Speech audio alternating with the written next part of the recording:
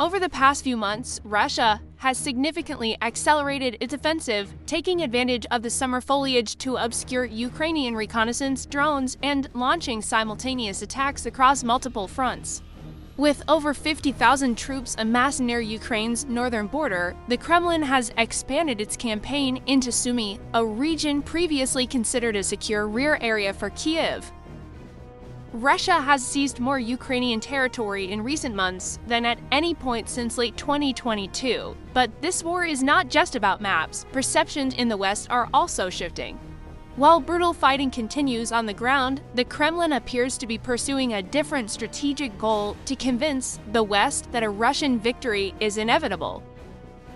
On the night of June 2nd, Russian forces attacked the village of Konstantinivka, just 18 miles from the city of Sumy, a key logistical hub in northeastern Ukraine. By the morning of June 3rd, the village was under full Russian control. The city of Sumy is now encircled on 3 sides and rapidly becoming a new front line. Over 213 villages and communities have been forcibly evacuated, displacing an estimated 50,000 to 56,000 residents. Precision airstrikes have become a daily occurrence, with mounting civilian and military casualties. Russia has deployed AI-guided kamikaze drones in unprecedented numbers, over 500 drones a night targeting Sumy, Kharkiv, and the Donbas region.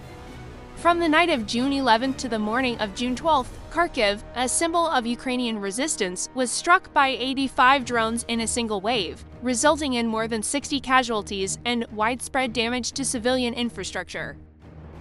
This marks a new peak in Russia's AI drone warfare.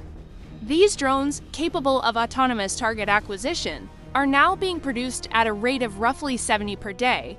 According to frontline officers, Russia's advanced fiber-optic drone systems, impervious to standard electronic jamming, are exerting enormous pressure on Ukrainian supply lines.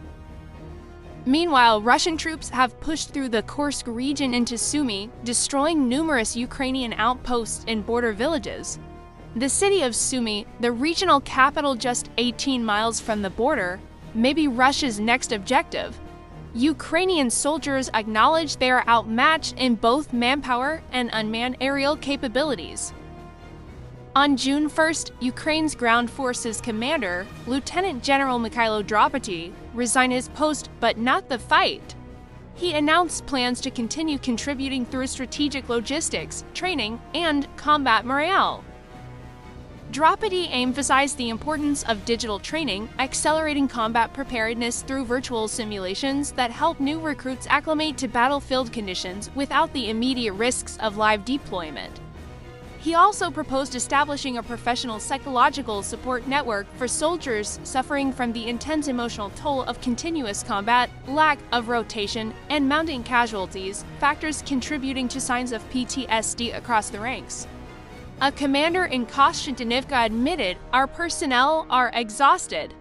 There are not enough people for rotations. Everyone is at their limit." It's a sobering reflection from the front lines of a relentless war of attrition. On June 2nd to 3rd, a prisoner exchange between Ukraine and Russia took place in Istanbul, involving approximately 1,200 captives from each side. Ukrainian returnees recounted stories of starvation, denial of medical care, and abuse. Russia also returned over 1,200 Ukrainian soldiers' bodies under Red Cross supervision. These exchanges, though slow, represent tentative signs of dialogue and goodwill. On June 12th, German Defense Minister Boris Pistorius visited Kyiv to discuss expanded weapons support, underlining Germany's key role after the U.S. Within the Weimar Plus meeting in Rome, which included Ukraine, leaders debated post-NATO, G7 strategy, and reaffirmed Ukraine as Europe's first line of defense.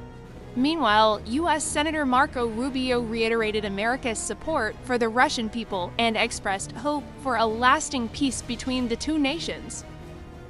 But the real center of gravity in this war is not territory, it is psychological. With every incremental advance, Russia sends a message: Ukraine is losing, and continued Western aid is a waste of resources. Minister Pistorius' visit to Kyiv demonstrates that the West still cares. But caring is not enough. The question is no longer, can Ukraine win? Rather, it's does the West have the patience and clarity to resist Russia's psychological warfare? Despite limited tactical gains around Pokrovsk and Chasiv Yar, Russia continues to escalate its attacks.